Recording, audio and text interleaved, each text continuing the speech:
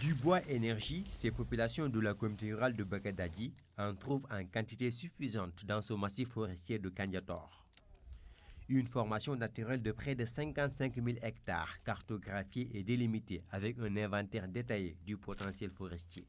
Un plan d'aménagement conçu par le projet qui répond à un objectif de production durable de charbon de bois et de bois de chauffe sans dégrader les écosystèmes. Ainsi, la forêt est subdivisée en blocs et chaque bloc est subdivisé en 8 parcelles. La première parcelle exploitée, on y revient avec une rotation de 8 ans, ce qui permet à la ressource d'avoir le temps de se reconstituer pour s'inscrire maintenant dans un cycle de gestion durable. Chaque année, un arrêté fixe les modalités d'organisation de la campagne d'exploitation de ce massif communautaire. Après délimitation, le service des eaux et forêts, conformément à sa mission, oriente ses exploitants locaux et les coopératives vers les parcelles autorisées à l'exploitation. On négocie avec les producteurs locaux pour voir la part de cette possibilité qu'ils peuvent exploiter.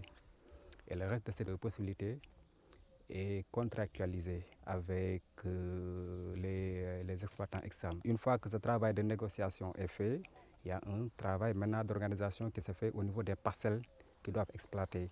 Chaque coopérative vient avec une fiche d'installation parce que chaque fiche indique le nombre de quintaux autorisés à la coopérative et la parcelle qu'il est orienté. Maintenant de cela, le comité intervillageois, le chef de brigade, l'animateur qui constitue une commission d'installation conduit la coopérative dans la parcelle où il est orienté. Grâce à la capacitation des populations bénéficiaires, les exploitants ont une maîtrise parfaite des techniques de coupe et des espèces à abattre. Pour les modes de coupe, si tu trouves 2 sujets sur place, tu dois couper combien? Si je trouve 2, j'ai le droit de couper un et laisser l'autre. Et si c'est 3? Si c'est 3, je coupe les 2 et laisse l'un. Et si c'est 4? Si c'est 4, je coupe les 2 et laisse les autres 2. Pour éviter des conflits sociaux dans cette formation forestière aménagée en 2009, le projet a participé à l'élaboration d'un code local de gestion. Ainsi, il a été mis en place un comité intervillageois de gestion forestière. Ce comité composé d'hommes et de femmes requiert une reconnaissance juridique et est régi par un statut et un règlement intérieur.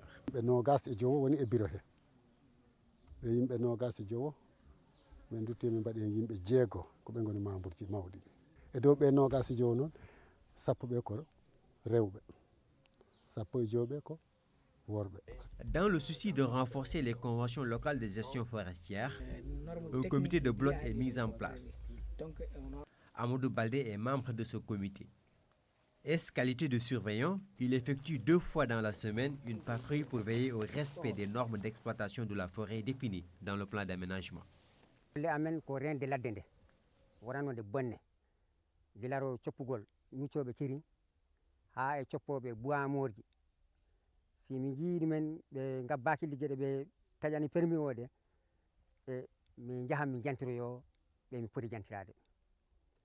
Ces surveillants bénéficient d'un appui conseil du service technique des eaux et forêts. En vue de renforcer leur capacité organisationnelle et opérationnelle, le projet organise souvent des sessions de formation à leur intention. L'aménagement du massif forestier favorise la gestion rationnelle de la ressource et améliore par conséquent les revenus des populations locales.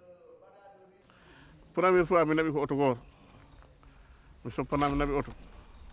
Deuxième fois, je suis auto. Onion. Je suis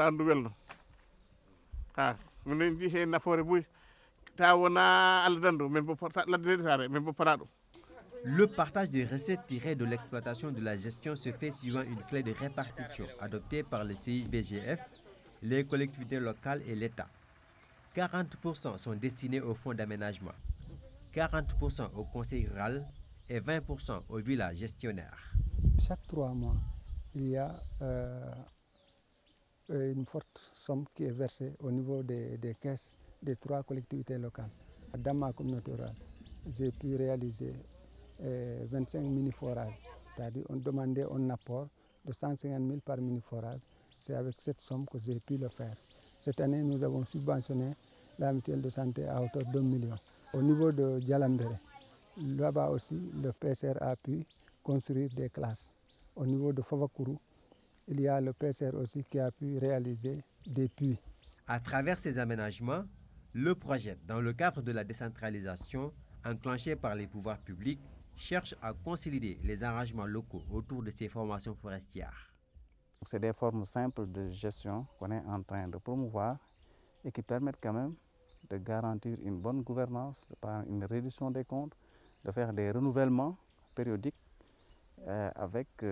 pour que la population soit au fait de comment les revenus qui sont ici sont gérés, mais aussi comment la durabilité est gérée.